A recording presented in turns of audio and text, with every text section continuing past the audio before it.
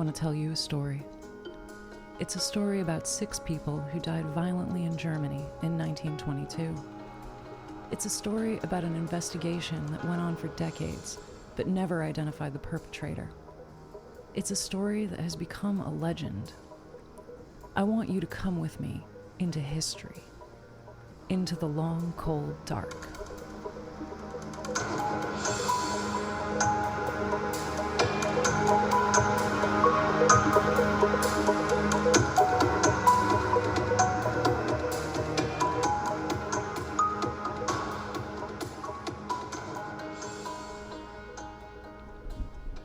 This is Long, Cold Dark, the story of the murders at Hinterkaifeck. In this episode, I'm going to tell you who my prime suspects are and why. During the course of my research, I've learned that post-offense behavior can't definitively indicate guilt, but it can reveal motive. The things people do after committing a crime, those actions can tell you a lot about why they did it. Before we dive in, I want you to remember, I'm not a detective. I'm an art professor. I'm a researcher, and I'm a passionate amateur. I welcome your arguments and your theories. You may recall a man named Carl Gabriel Jr., Victoria's husband, who was killed in World War I. Carl wasn't an only child. He had 3 brothers who survived the war, and they were living at the Gabriel farmstead in Lag in 1922. Maria Missel, who went to work for the Gabriel family as a maid in 1921, described the Gabriels as living in a state of constant economic anxiety. During her time with the Gabriels, she said, "The couple's property was in poor structural condition. The stable and the barn were too small."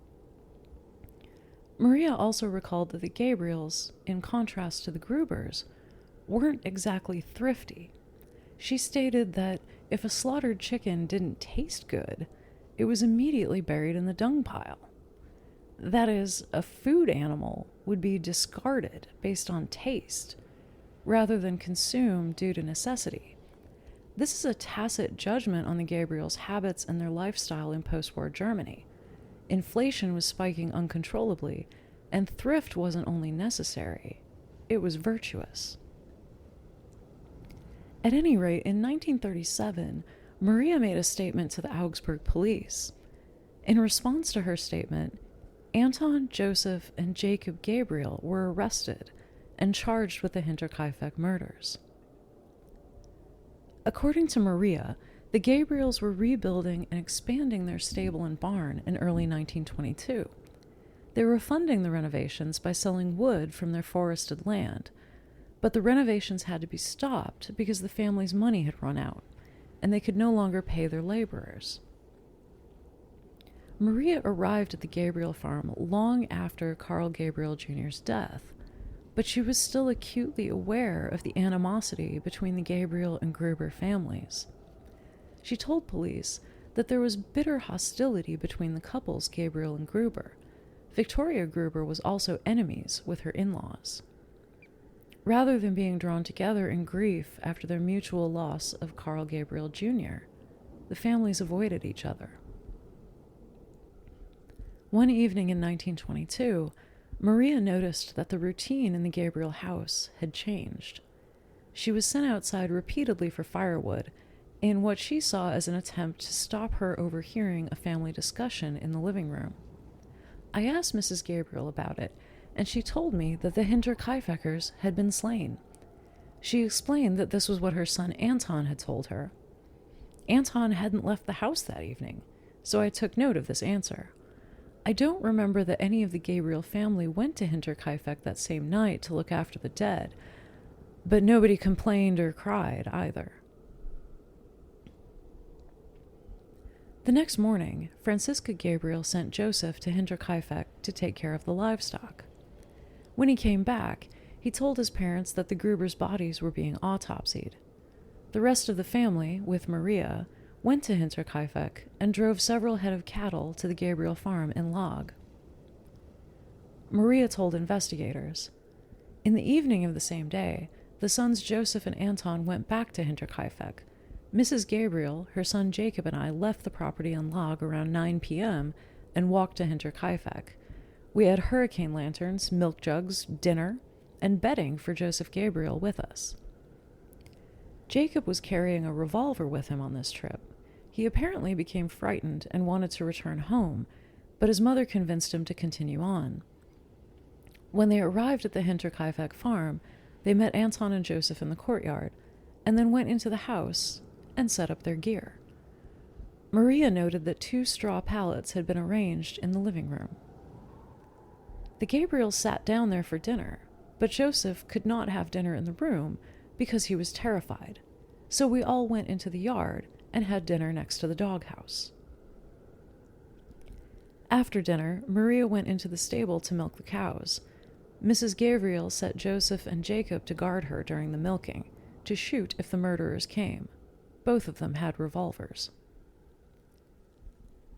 Mrs. Gabriel, Maria, and Anton returned to log.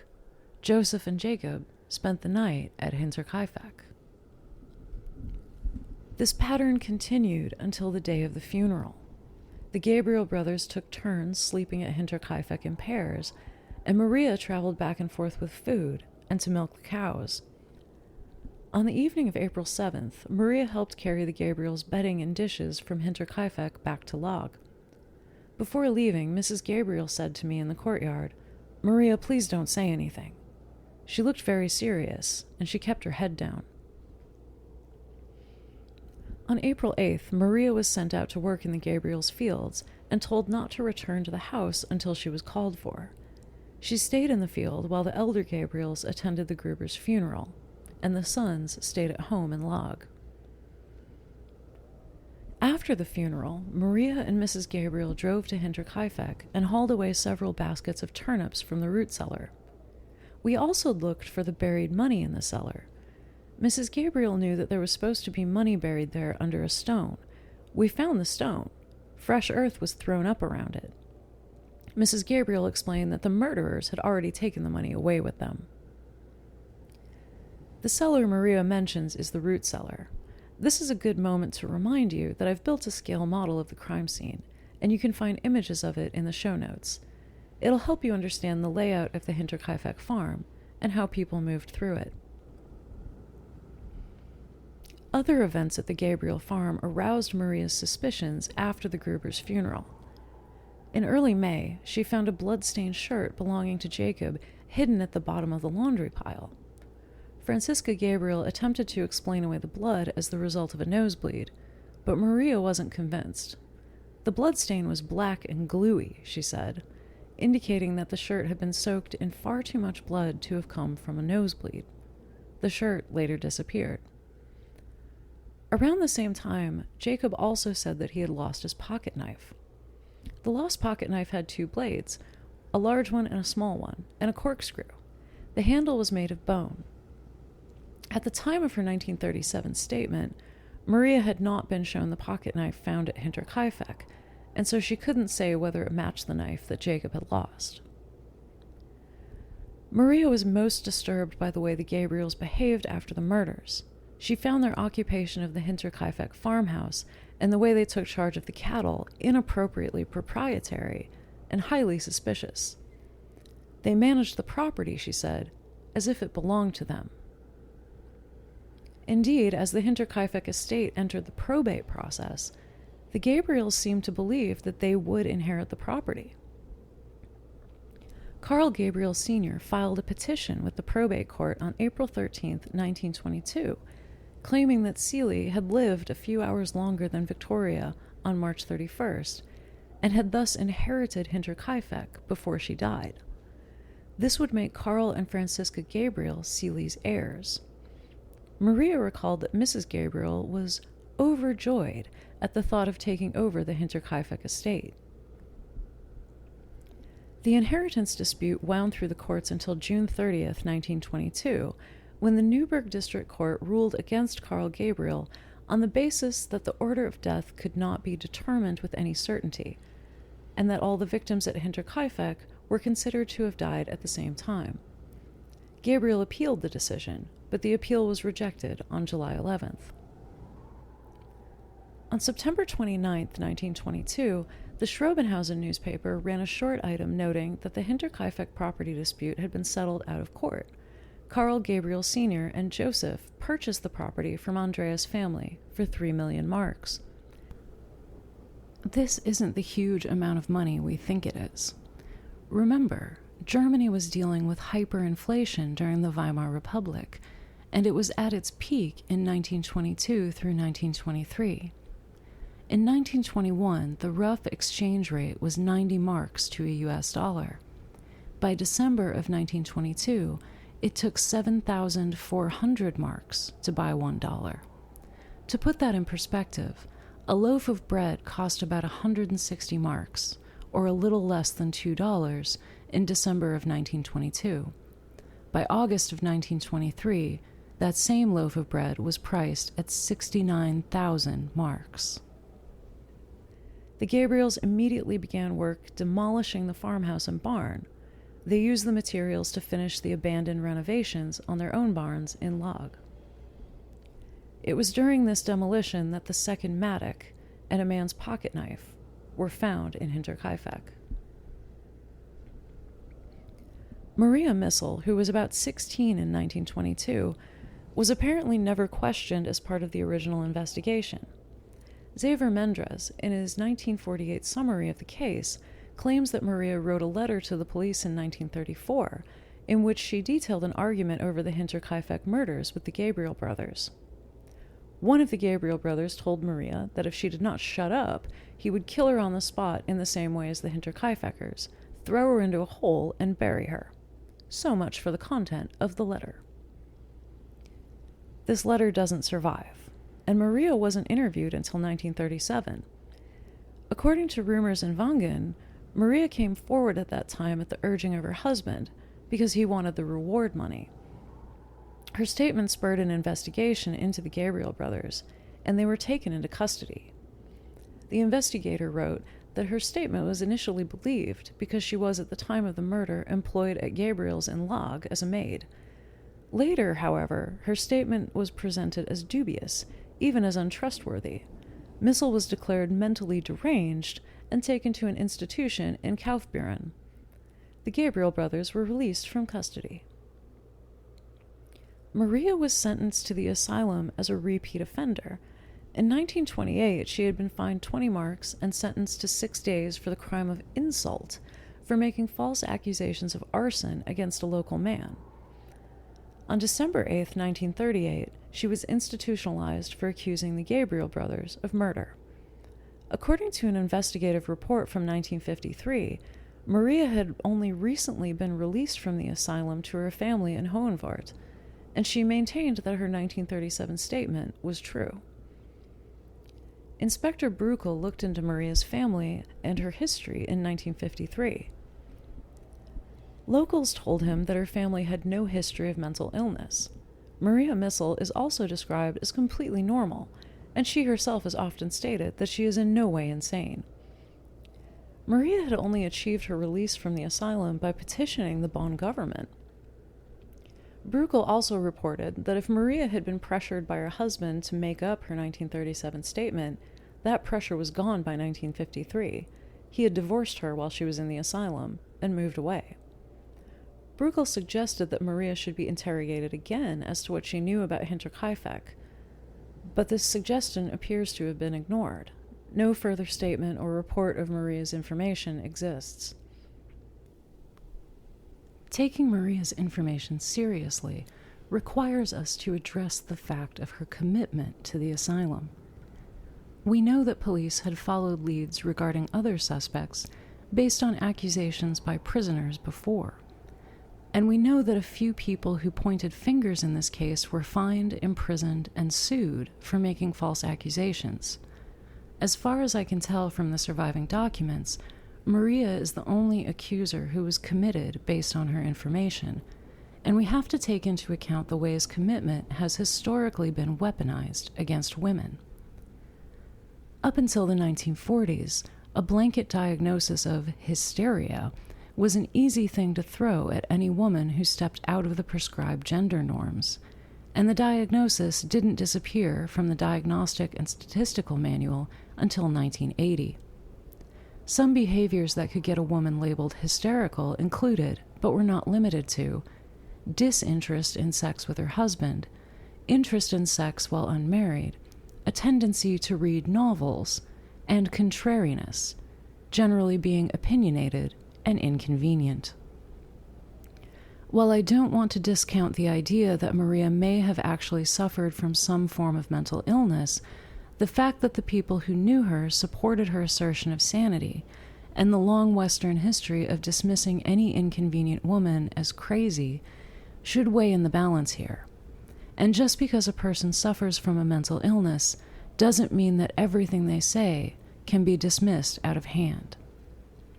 Everything about this case is in doubt. I find Maria's specificity, the detail she was able to provide, compelling. Combined with the behavior of the Gabriel family after the murders, my suspicions are aroused. And they're just that, suspicions. But it's a theory that I have not encountered in any discussions of the Hinterkaifeck case, and one that I think bears consideration. The evidence against the Gabriel brothers is behavioral and circumstantial. They certainly had motive to kill the entire Gruber family rather than just one or two members. Ensuring that everyone died would clear what the Gabriels obviously saw as the proper line of inheritance. Behavioral evidence at Hinterkaifeck supports this notion. Victoria's bedroom was the only room in the house that showed evidence of ransacking. Her financial papers and land deeds were strewn around the room. Was someone looking for a will? Or evidence of Victoria's property ownership? The Gabriel family's argument in court was based on the idea that Celie, the only child of Victoria Gruber and Carl Gabriel Jr., had been the last person to die. The court physician's opinion seems to bear this out. He stated that Celie had died 2 or 3 hours after everyone else at Hinterkaifeck.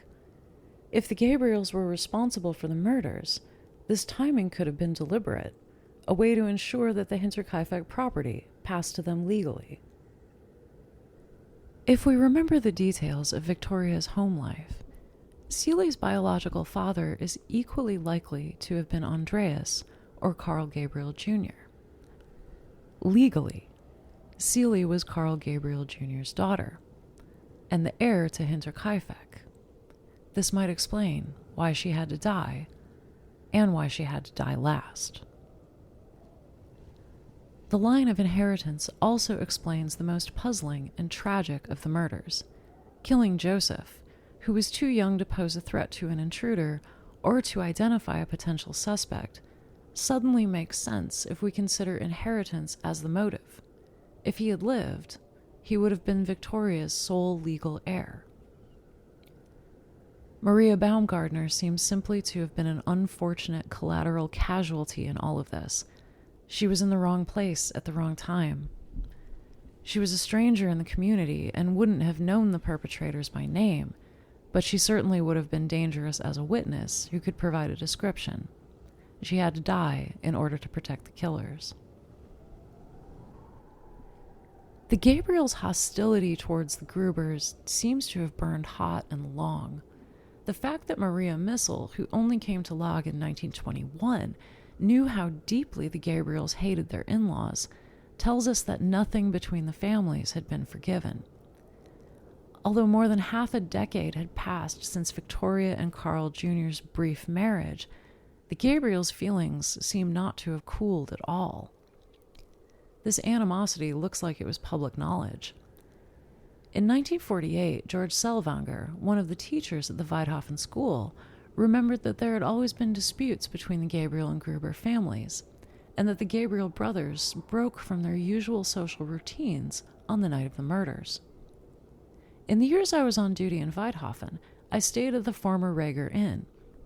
There were card games, and on Fridays a hairdresser from Hohenwart always came to the inn to cut the residents' hair. Every Friday, 2 of the Gabriel brothers came. It struck me that these 2 were not present at the March 31st haircutting, which they always took part in. This leads me to believe that both brothers, or maybe one of them, committed the murder in order to seek revenge.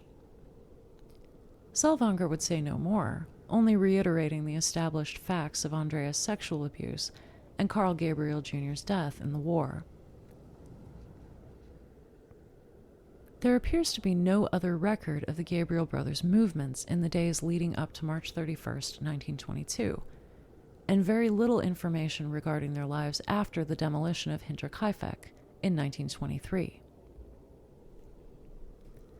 Academic studies of mass murderers suggest that frustration and externalization of blame are the common and potent triggers that can send an otherwise stable individual over the edge. These pressures can build for years as a killer nurses a grudge, real or imagined, against his eventual victims. A killer may behave normally for years, all the while collecting slights and wounds which eventually boil over. This allows time for planning and organization of his revenge, which begins as a fantasy long before erupting in violence. From the little we know about the Gabriel home, it seems like an environment in which slights were never forgotten and in which long-lasting hatred was cultivated. The younger Gabriels were in the midst of a stalled farm improvement plan which had consumed their family's cash reserves, and that threat to their livelihood or success may have seemed insurmountable. They may even have blamed the loss of their brother Carl Jr. on the Grubers. While Carl was in fact drafted into war service, that narrative could be twisted to place blame on Victoria or Andreas. If she had been better to him, if Andreas hadn't been a monster, maybe Carl Jr. wouldn't have joined the military, and he would still be alive. Joseph's existence also posed a threat of loss to the Gabriel family. While Seeley was officially directly related to the Gabriels, Joseph was a competing heir to the Hinterkaifeck estate. The fact of his birth threatened to split the Hinterkaifeck inheritance, effectively cutting in half a property that the Gabriels clearly felt entitled to.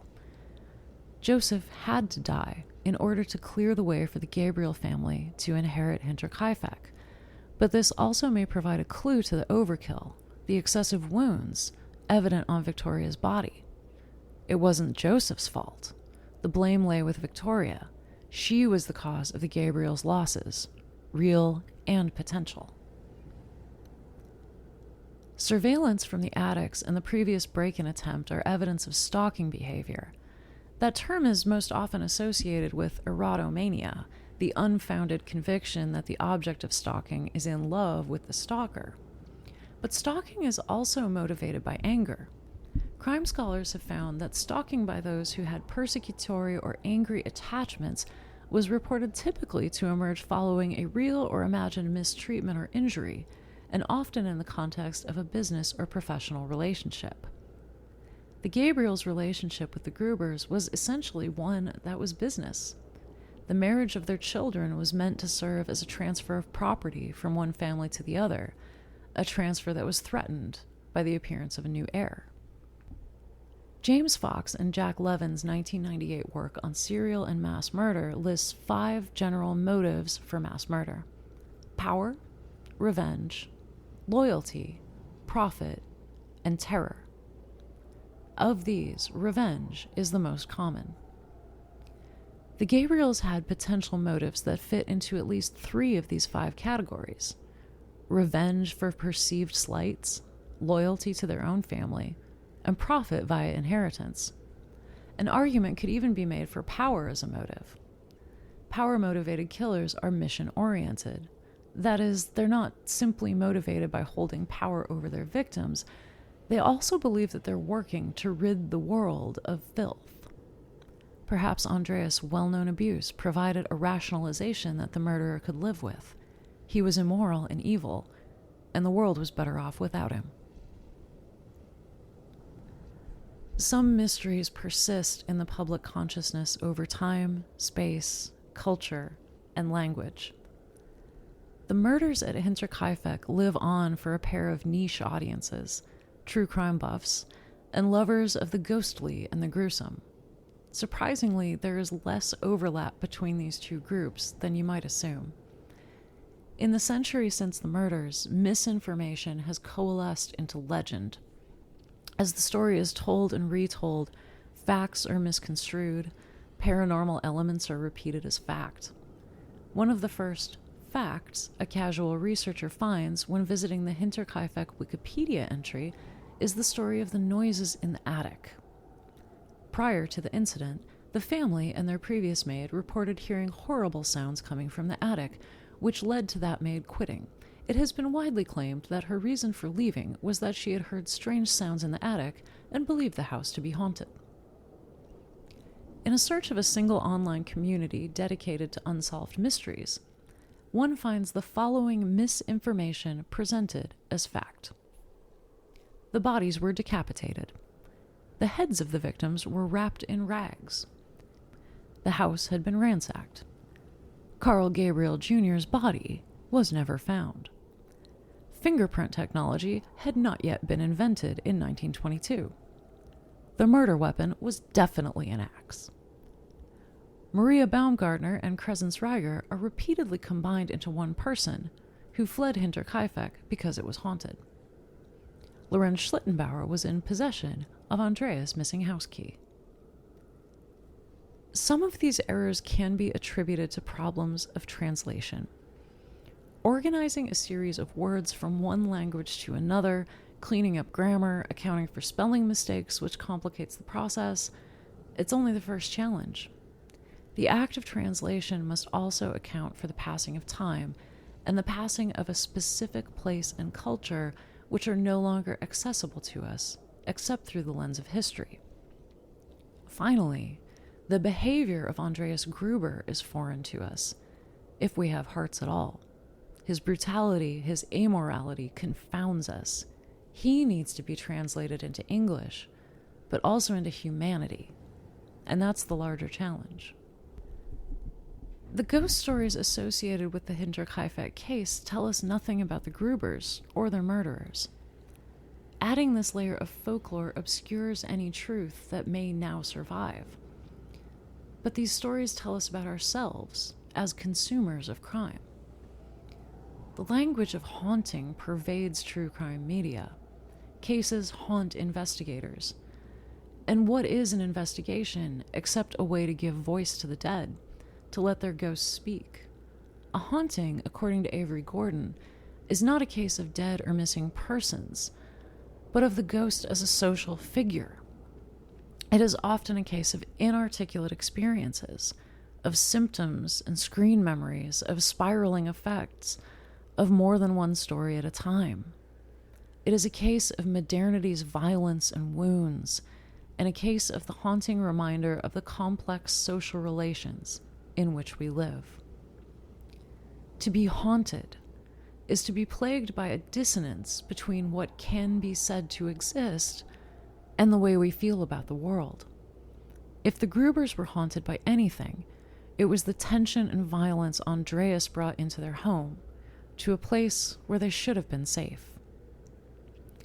The ghost stories also provide us with a safe sense of distance. They inform us that we are not like the Grubers. And this may be the purpose that all true crime media serves, to show us danger in a way that reinforces our own safety. Those people were murdered, not me. They were monstrous. I am moral. Their home was haunted. Mine is secure. Contenting ourselves with myth allows us to enforce a distance between ourselves and the Grubers or any victim, their fear, their pain, their misery. They are more sympathetic, more safe, more human, if they're ghosts. In examining the murders at Hinterkaifeck, we're not dealing with a clean narrative. There's no clear introduction, rising action, or denouement. There's no closure. What we're left with is a collection of disparate anecdotes, rumors, reports, and statements filtered through translation. Assembling these into something resembling a story that can be told and understood is itself a ghost hunt. We are left Chasing Shadows. In 1926, Lorenz Schlittenbauer sued Jacob Siegel for libel. Siegel claimed, publicly and repeatedly, that Schlittenbauer was the Hinterkaifeck murderer. Siegel was fined 20 marks. Later that year, Schlittenbauer's farmhouse burned to the ground. He rebuilt and lived there until his death in 1941. Local suspicion focused on Schlittenbauer for years after the murders. Even the former mayor, Gregor, who originally defended Schlittenbauer, began disparaging him publicly. Carl Gabriel Sr. died in May of 1931. His wife, Franziska, died in January of 1941, in Log. Joseph Gabriel left Log and moved to Rettenbach, about 70 miles away. He worked as a butcher and an innkeeper there. He died in February of 1969. Anton Gabriel moved to nearby Schlot. There is no record of his ever marrying or having children, and no record of his death is available. Jacob Gabriel took over the farm in Log. He died there in November of 1977. Very little information about the Gabriel family, other than the brothers' 1937 arrest records, is available. Crescence Reiger, the former Hinterkaifeck maid, married a warehouseman named Wilhelm Schmidt in 1929. Crescence outlived everyone involved in the Hinterkaifeck case. She died in May of 1990 in Augsburg. She was 103 years old. Maria Missel, the former maid to the Gabriel family, disappears from the public record after 1953. Cecilia Assam Staringer, Victoria's older half-sister, was the only child of Cecilia Gruber who survived past 1922. She died in 1957. No public record of her appears after her brief interrogation in 1922. Franziska Schaefer, Maria Baumgartner's sister, sold her small farm in Mühlried in 1922 and moved with her husband to Munich. Sometime later, they moved again to Dachau. Franziska died in that city in 1946, on Valentine's Day. Michael Pohl, who was present during the discovery of the bodies at Hinterkaifeck, died in 1924 in Groburn. Jacob Siegel, who was present at the discovery of the bodies and later accused Schlittenbauer of being the Hinterkaifeck murderer, moved to Schiltberg in 1933. In 1952, he claimed that Schlittenbauer had been the cause of his move. "Now he's dead, Lorenz. He pushed me out of the village. Since the murder, there has only been quarrel and argument between me and Schlittenbauer." Siegel died in Schiltberg in 1972. Joseph Meyer, the postman, lived the rest of his life in Weidhofen. He died there in February of 1968. Sophie Fuchs, Silly's classmate, visited the Hinterkaifeck property with Detective Konrad Müller-Thumann in 1984. Sophie told Müller-Thumann then that she still believed that Lorenz Schlittenbauer was the murderer. Sophie died in Schrobenhausen in 1985. Between 1923, when the Hinterkaifeck buildings were demolished, and 1930, a small shrine was erected on the farm. It stood in its original location until the early 1960s, when it was moved closer to the road to free up more space for agricultural work. In 1984, it was moved again to a more protected site, and the inscription was renewed. Several renovations, including plantings, decorative stonework, and fencing, were added up until 2003, when the shrine was destroyed by a tractor. The local community replaced it with a memorial stone made of concrete and a recreation of the inscription. It reads, "The Gabriel Gruber family fell victim to murder here on March 31st, 1922. Andreas Gruber, born 1857. Cecilia Gruber, born 1849. Victoria Gabriel, born 1887, born Gruber. Her children, Cecilia, born 1915. Joseph, born 1919. Maria Baumgartner, maid, born 1877. The original inscription included a passage from Psalm 9:12, which is now absent. It used to read, "For he who avenges blood remembers them. He does not forget the cry of the afflicted."